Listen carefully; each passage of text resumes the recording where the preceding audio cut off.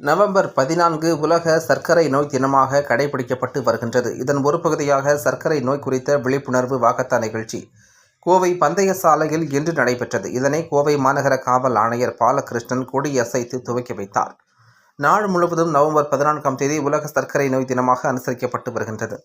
இதன் ஒரு பகுதியாக இன்று கோவை நீரிழிவு நோய் சிறப்பு மையம் சார்பாக சிறப்பு விழிப்புணர்வு வாக்கத்தான் நிகழ்ச்சி நடைபெற்றது.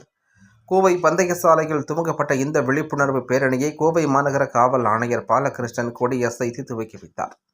மேலும் இதுகுறித்து கோவை நீரிழிவு நோய் சிறப்பு மையத்தின் நிறுவன தலைவரும் முதுநிலை நீரிழிவு நோய் சிகிச்சை நிபுணருமான டாக்டர் ஆர் பாலமுருகன் கூறுகையில், கோவையில் எங்கள் கோவை நீரிழிவு நோய் சிறப்பு மையத்தின் சார்பில் கடந்த 3 ஆண்டுகளாக பொதுமக்களுக்கு சர்க்கரை நோய் குறித்த விழிப்புணர்வை ஏற்படுத்தி வருகின்றோம்.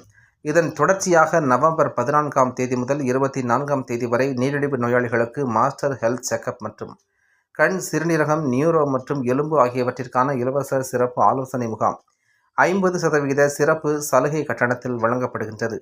மேலும் மருத்துவமனை வளாகத்தில் காலை 7 மணி முதல் இரவு 8 மணி வரை உணவு கண்காட்சிகளுக்கு ஏற்பாடு செய்யப்பட்டுள்ளது. இந்த முகாமை பொதுமக்கள் பயன்படுத்திக் கொள்ள வேண்டும் என்றார். இந்தியாவில் சமீபத்தில் நடத்தப்பட்ட ஆய்வின்படி 101 மில்லியன் சர்க்கரை நோயாளிகள் உள்ளனர் என கணக்கிடப்பட்டுள்ளது. 130 மில்லியன் முதல் நிலை சர்க்கரை நோயாளிகள் இருக்கின்றார்கள் எனவும் கணக்கிடப்பட்டுள்ளது.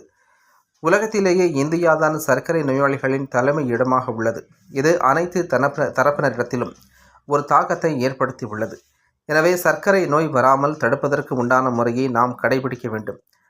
நாம் சரியான முறையில் உணவு மற்றும் மருந்து மாத்திரை உட்கொண்டு வருவதால் சர்க்கரை நோயுடன் நல்வாழ்வு வாழலாம் என்பதுதான் இந்த உலக சர்க்கரை நோய்க்கான மைய கருத்தாகும். இதனை பொதுமக்கள் அனைவரும் அறிந்து கொள்ள வேண்டுமென இந்திய மருத்துவ சங்கம், ரோட்டரி கிளப் ஆஃப் கோயம்புத்தூர் மாவட்டம் 3201, கோவை நீரிழிவு நோய் சிறப்பு மையம், RSSTI தமிழ்நாடு அமைப்பு மற்றும் இந்தியன் ஓவர்சீஸ் வங்கி ஆகியவை இணைந்து இந்த வாக்கத்தான் பேரணியை நடத்துவதாக கூறினார். முன்னதாக பேரணியில் கலந்து கொள்ளும் அனைவருக்கும் ஜிம்பா நடன நிகழ்ச்சியும் நடைபெற்றது. இந்த பேரணியில் கோயம்புத்தூர் ரோட்டரி கிளப் மாவட்ட தலைவர் ரோட்டரியன் மயில்சாமி, இந்திய மருத்துவ சங்க தமிழ்நாடு மாநில கிளை செயலாளர் டாக்டர் கார்த்திக் பிரபு, கோவை மாநகராட்சி துணை ஆணையர் சிவக்குமார், இந்தியன் ஓவர்சீஸ் வங்கி முதுநிலை மண்டல மேலாளர் வேலாயுதம், இந்திய மருத்துவ சங்கத்தின் கோவை கிளை தலைவர் டாக்டர் பிரியா, கார்த்திக் பிரபு உள்ளிட்ட பலர் கலந்து கொண்டனர் என்பது குறிப்பிடத்தக்கது.